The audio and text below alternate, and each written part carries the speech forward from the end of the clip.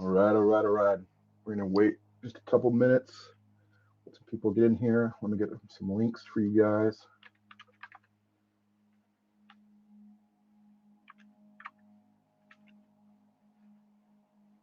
We've got our Mint site set up. If you want to mint a GROM, support the project, please do. If nothing else, join our Discord. Learn Rust with us. Here's where we are starting today. We're about halfway through this section. We're going to finish up today and call it a day. Um, yeah, it's exciting. We're gonna finish our GROM guessing game, our guessing GROM. In just a moment, I'm gonna go silent here, get some other things set up, and we'll be ready to go.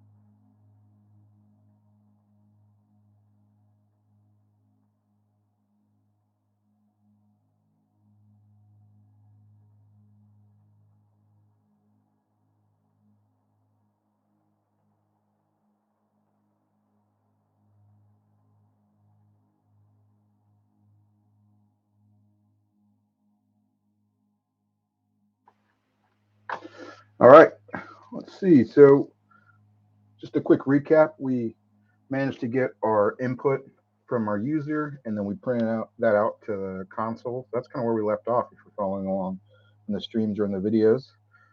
Today we're going to add our random number generator in. That's the other thing we did is we also added the rand package or crate to our repo.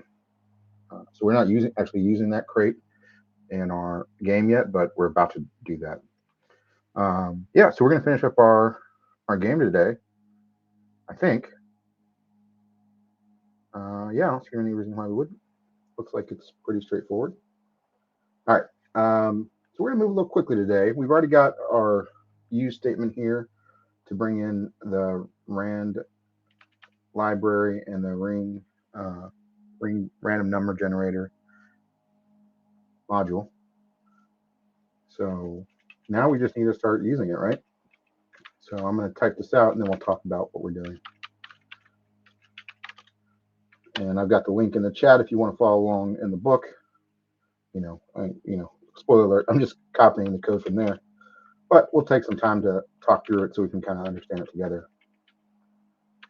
And we've got Visual Studio Code giving us all sorts of information.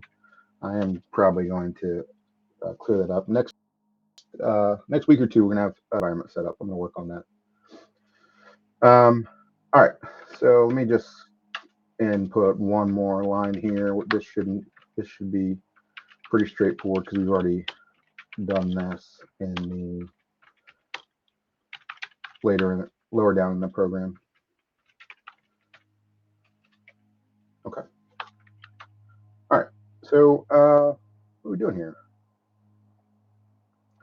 So just to kind of take stock, we've got some output to the user. This print line guesses a number. Now we've added this other print line that puts a secret number with the placeholder that puts this variable in. We'll talk about the variable in a moment.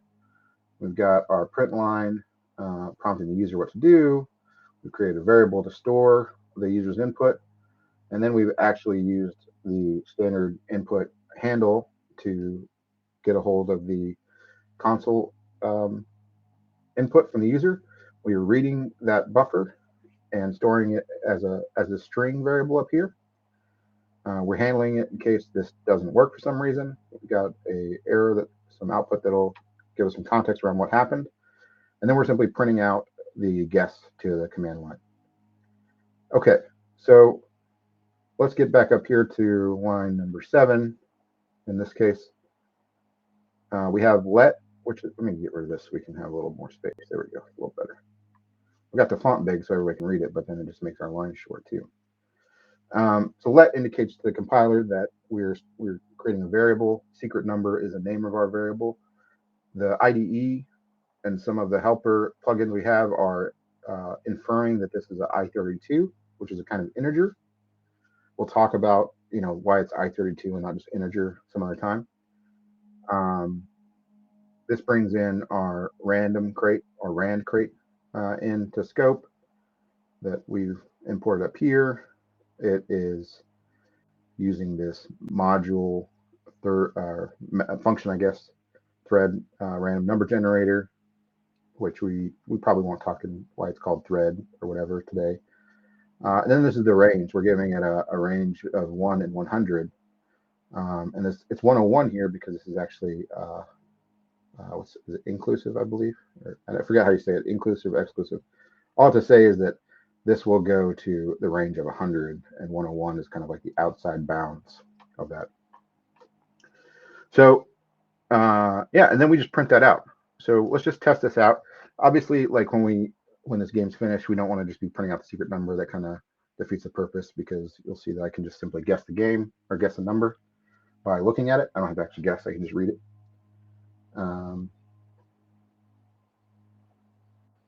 Yeah, just double checking something. Okay. How's volume? Sorry, I should have checked this earlier. How's volume? Everything sounding good? Let me know. If not, let me know if everything's readable.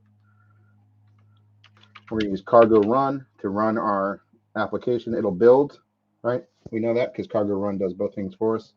It builds and then runs the executable. And so it's compiling all these other dependencies of rand that we brought in earlier.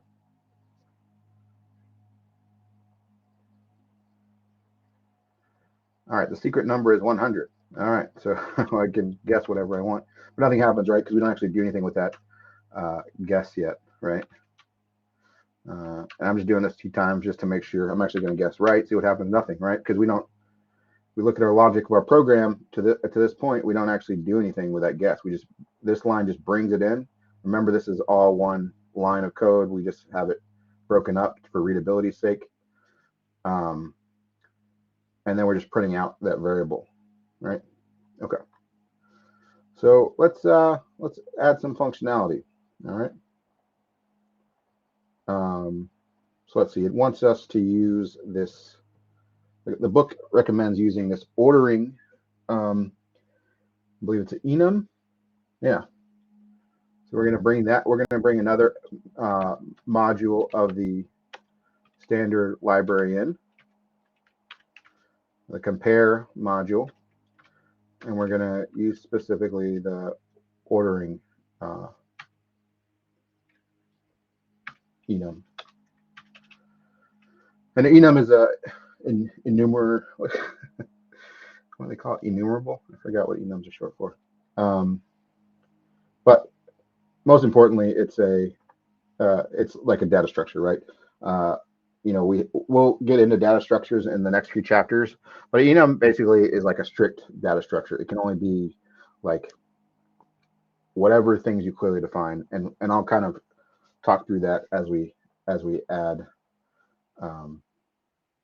this code to compare our guess. We're going to compare our guess and our random number we generated.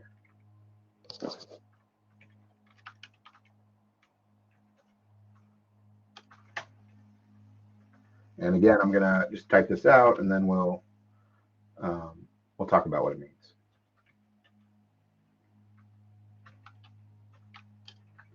But I think if you look at it, it might make a little sense. I think if you look closely at this code,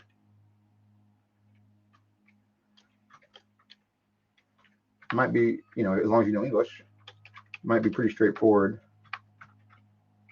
around what's actually happening here. And so in general, as you're reading other code, I would encourage you to read code, right? Sometimes it's easy to get overwhelmed by the syntax. But frequently, if you just take the time to look closely at it, you can start to make sense of what it means, right? me just a moment, I'll clear my throat.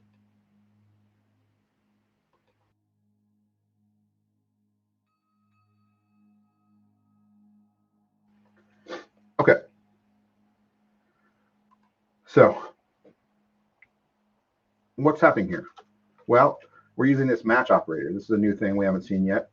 And what this is kind of giving, it's kind of an alternative to if you're used to like if else, or if, if this is true, run this block of code. This actually kind of gives us a cleaner, simpler syntax for going through a number of different options, right? And so within that match syntax, we're using this ordering enum that we brought into scope, and we're using our variable, we're using this comparison operator, and we're using our secret number variable, right? So what's happening here? So let's just start with here. We're taking the guess variable and comparing it to the secret number variable, and the secret number variable is the random number we generated. And then in the statement, it gives us some cases, they're called. In the case that the guess, let's just look at this. In the case that the guess is less than the secret number, print too small. In the case that the guess is greater than the secret number, print too big. In the case that the guess is equal to the secret number, print you win, because you guessed correctly, right? And so this match statement is just kind of setting up this ability to have these very distinct cases, right? So with a match statement, you have to every case has to be accounted for. So if we just, I'm going to comment this out. See, look, we already got an error. So it says missing match arm, and these are called arms in the language, in the documentation. These are each line here, the ordering less, ordering greater, those are called arms. Missing match. So what it's saying is, like, they know that there's a case where something else could happen that's not accounted for, so we have to account for that. And so here, let's think about this, right? As long as these two variables are numbers, I think it's still mad because I didn't say. What's it telling me now? Oh yeah, that's right. That's a different error. We'll see that in a moment. So just stick with me. We'll talk about why that's showing an error later. As long as these two things are numbers, the way numbers are compared, right? They can only be less than, greater than, or equal to. There's no other options for two numbers to have a comparison, like for them to be compared and something else come out. Now, so let's go ahead and run this just to see what happens. We know there's going to be an error because the IDE's already told us this, but let's just run it, right? Just so we can get the feedback and get used to seeing it in the terminal. So expected struct string found integer. Well, what the heck, right? It said expected string, right? Well, we know secret number is a string, right? Because we generated it here, right? And it even guessed that it was a string, right? Or excuse me, an integer with this. But we also remember that we created guess to be a string. Well, that's a problem. How do you, so, right, to us, like, we know, like, when I type this, when I put input in, like, we can see that I'm putting a number in. Well, the computer doesn't know that, like, because it also knows that when I'm prompted that way, I could put in my name or someone else's name. But we need to, sorry, I lost my train of thought here. We need to compare numbers. There's no way to, so if I put Adam, let's just put my name, Adam, as the guess, how do you compare Adam to, 85 or whatever the last random number was? It's not possible. So that's a problem, right? So whenever we're doing this match.compare or match variable.compare variable, these two variables have to be the same type and they have to be comparable. You also can't, like, compare two strings. If both guess and secret number were strings, there's no real, like, standard way to compare them. You could say, is one longer than the other, but there's no way to say like short of the strings being exactly the same text characters, there's no comparison, right? You can't say one is inherently bigger than, greater than, or less than the other. So we need to handle this one, right? Like we need to make these things comparable. And when we know secret numbers, a number, so it sounds like that we want to kind of keep that the way it is, right? But we need guess to be a number for this program to work.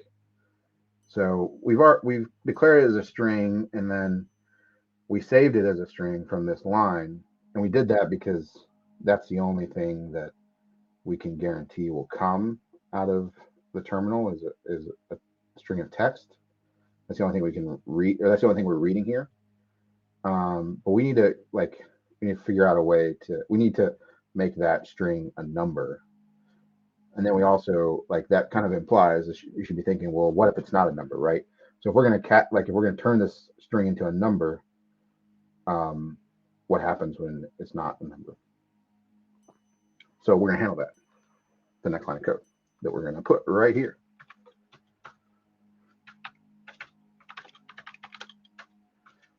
So we're going to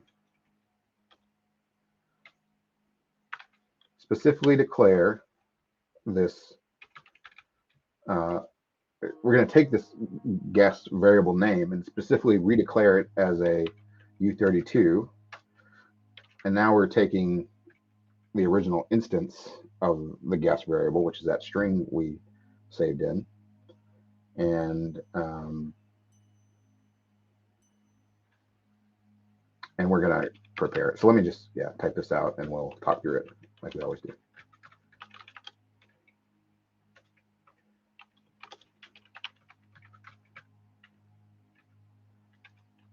Oops. Sorry, I'm just going to yank this.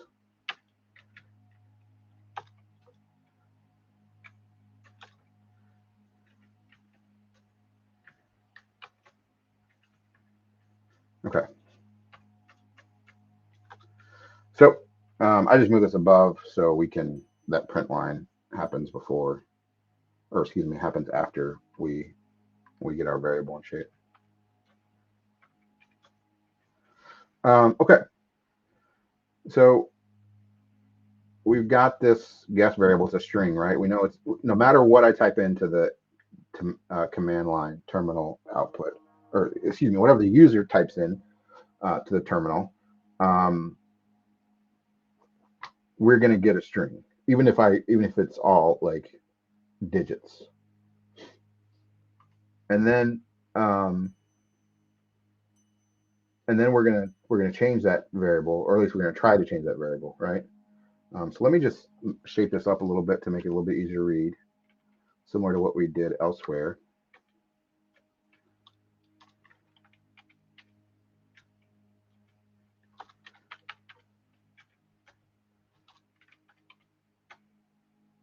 Oh no, I actually closed my file. Hold on. There we go. All right, so I don't think Rust Analyzer likes that formatting. That's okay. We're gonna use it for now, and then it'll correct itself. I just want you to be able to see it. So remember, similar to what we saw up here, we have this one line of code that we're breaking up into separate lines of code. Probably might be more.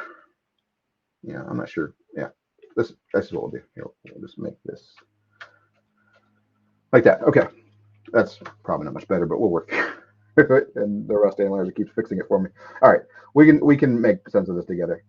All right, so this actually kind of happens out of order when we look at it from a human perspective, right? So we're actually redeclaring guess as a U32, a 32-bit unsigned integer type. We won't talk about what the 32 part means. Just know that U is an integer that's always positive. Okay, we'll talk again more about these data types in another video. And then we're assigning to that new variable guess that is a U32, this original guess, it's a string that we saved in earlier. We're trimming it, which is just like terminals are funky places, and when somebody hits enter, there's also actually text that you can think of as like text that you don't see to indicate that enter or return rather. We're trimming that off, and then we're parsing this, changing. We're trying to. This is where it actually tries to change this piece of text, the string of text, into a number, and then we're expecting, like again, so we're using this expect to handle the issue in case it fails. So if I type some text in that's not a number, we'll get a message to help us out. So let's just run this real quick.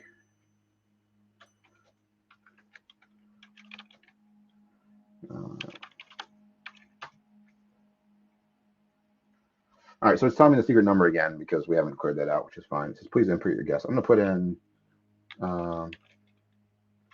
let's just put in GROM, right? And then, so yeah, we got this error here, thread main panicked. You know, it doesn't, we don't need to worry about what that means, but we do see this please type a number, exclamation point, that we put in, and then there's more information that's giving you, the developer, information to help. It tells you like what line it's happening. So it's telling you what file it can kind of trace this error back to, where this came from, and what line, and actually like the character count on this line. So that 43 is actually the character count of the line. And you know, there's ways you can get more information, but this is enough for us to go on, right? And so this is just like this isn't a good user experience. If you're shipping this, like trying to put this on a store somewhere and sell it, something like that, you wouldn't want, this wouldn't be what you would want to happen, right? You would ideally want the user to be prompted again and say, hey, this wasn't a number, please just enter a number and try again. But this is actually just like crashing the program, which is fine for now. We're gonna run again and actually put a number in and see what happens. Oh, look at that. We actually like kind of had something fun happen, right? We ran our program, we guessed the number, or we prompted to guess a number, and so the secret number is 49. We inputted our guess, put in 34, and says you guessed 34. It's just, you know, telling us back what we guessed, and it says too small. All right, now something's happening, right? We're still kind of like giving the cheat code. The cheat code is still enabled because we're printing out that that number, but let's just try to, it helps us to test it right now just manually, what the different situations are. So look, this is right. I cheated and copied this and typed in 40, and I won. You guessed 40, you win. Awesome. That's great. So everything's like, so far is working. So let's just run through that. Let me just run through the different options, right? We know we can go too low. So the secret number is 54. What's less than 54? Let's go 53 right up to it, right? Too small. Perfect. That's what it should do. Now let's try to go too high. Secret number is 54. That's possible, but shouldn't happen frequently. But the secret number is the same number 2 times in a row. But let's do 55, see what happens. Too big. Perfect. Now we see 54 again, I'm going to get suspect, but no, we see a different number, which is good. All right, so our cases are all operating the way they should.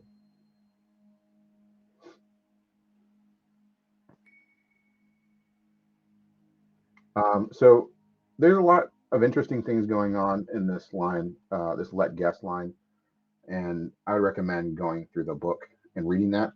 Again, kind of my recommendation for these videos is this is like a supplement to the book. You should spend some time, probably focus working through the book. But I know there's a lot of like big words, not even big words, but like words that without the context of being an experienced programmer, they don't always make the most sense. And it takes a lot of like cognitive upkeep to kind of follow along. All right, so now we're going to add some looping in, so we can, so we can get a bit of a better user experience, and that you get to guess more than once. Give me just a moment. I'm gonna drink some water.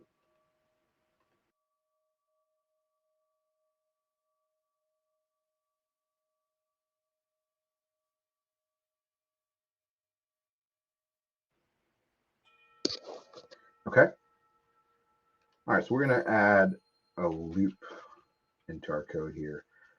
And I'm going to use some of my fancy Vim bindings to stumble through copying and pasting all this, but you can just as easily like use your mouse. In fact, I'd recommend that to copy and paste what I'm about to do. So we're going to start here. We're just going to yank all this out. And then I'm adding this brace or loop with braces, curly braces. Let's see, maybe Rust will fix the formatting for me. It did, great. Okay, so the Rust analyzer like formatted it for me, so that's good. I didn't have to go in and do spacing.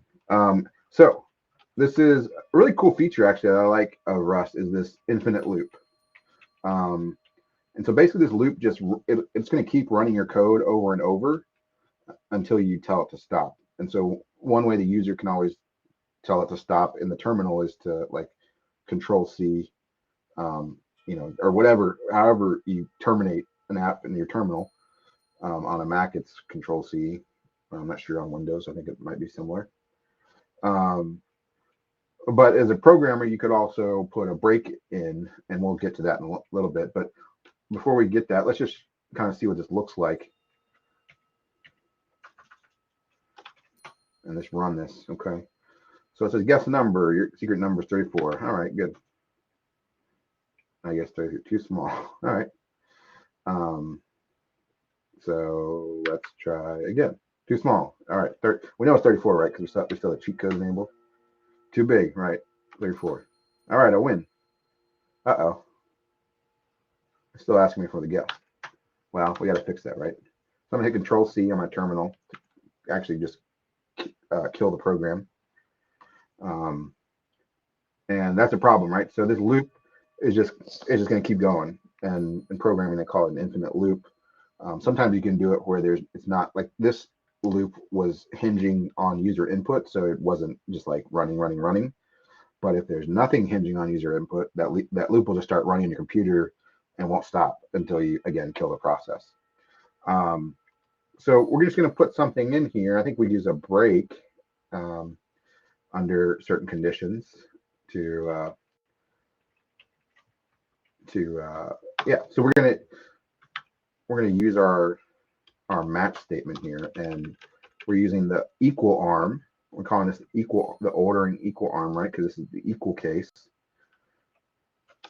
And we're going to insert a break.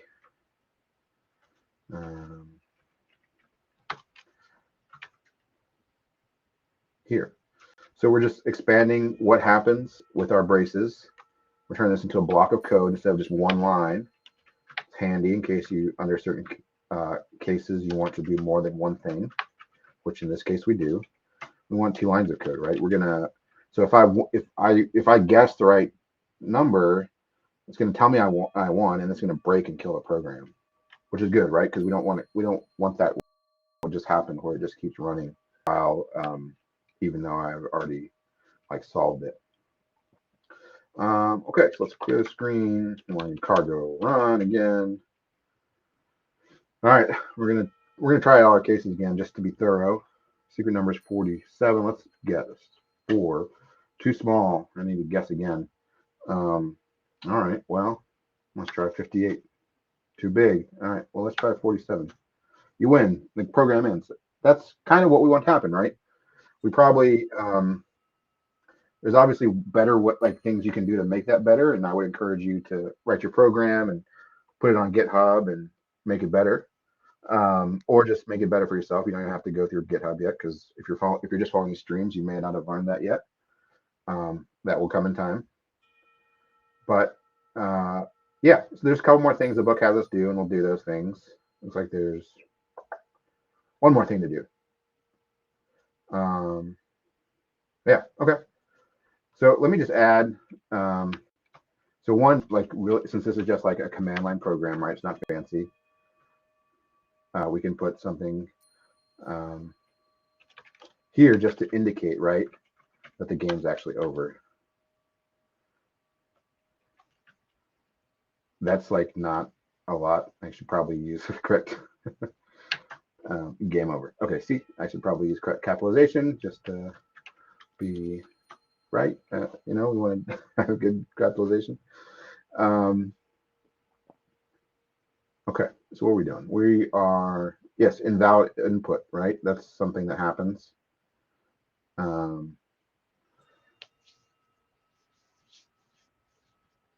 Okay, so we're gonna make it so that our, if instead of like, so right now, let's just run through this again real quick. If we type in something like Twitch, and we get this thing, right? That's not good. So let's make it a little better.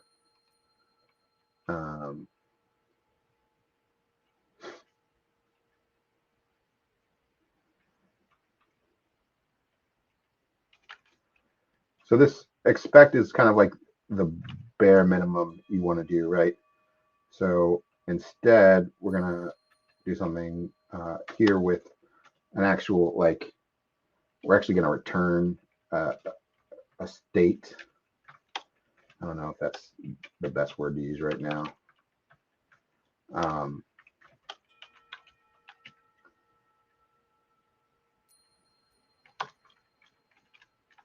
We're using our match operator again.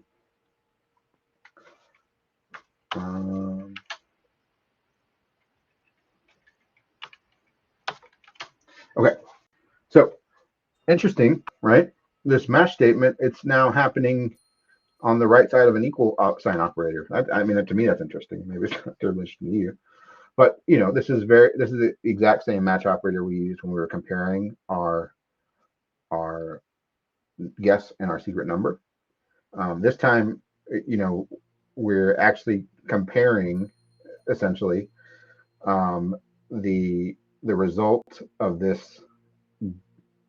So we're comparing the result of, okay, so this is actually not a compare. Let me run that back a little bit.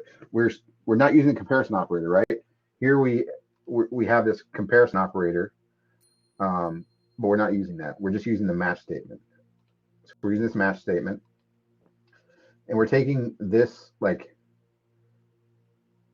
we're matching the results, the various result possibilities of this guess.trim.parse. And in our match arms, we have two possibilities. That can either be successful or it can give us an error. So this, and that's determined by this parse. Now we're getting a bit ahead here, but I just want to give you a glimpse at this. We'll get deeper into what this stuff means, because this is, for me, coming from like Python and JavaScript, this some of this is some of the stuff that I tripped over. But this parse returns a result, which is it means it can be more than one thing. It can be it's not going to be like, you know, normally you return like a number or a string of text. Well, this result means that you may you know, theoretically you could have a result that returns either a number or a string of text. Those are two possibilities. But in this case, this parse method or function returns either an OK, a signal, hey, everything worked, or an error. And all this is saying is that it's taking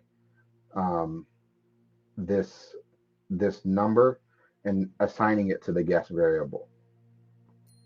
And in the case of an error, it doesn't actually do anything with that value. It just throws the error. So let's run. Let's make sure we save that and then run. So let's do GROM. Let's do Solana. All right. It's actually, so I should correct myself. I said that returns error, right? It actually doesn't return error. It's a continue, and so it just basically runs it again. It just says, okay, well, go back and input the guess again, because it just continues through the next iteration of this loop that we're inside. Okay.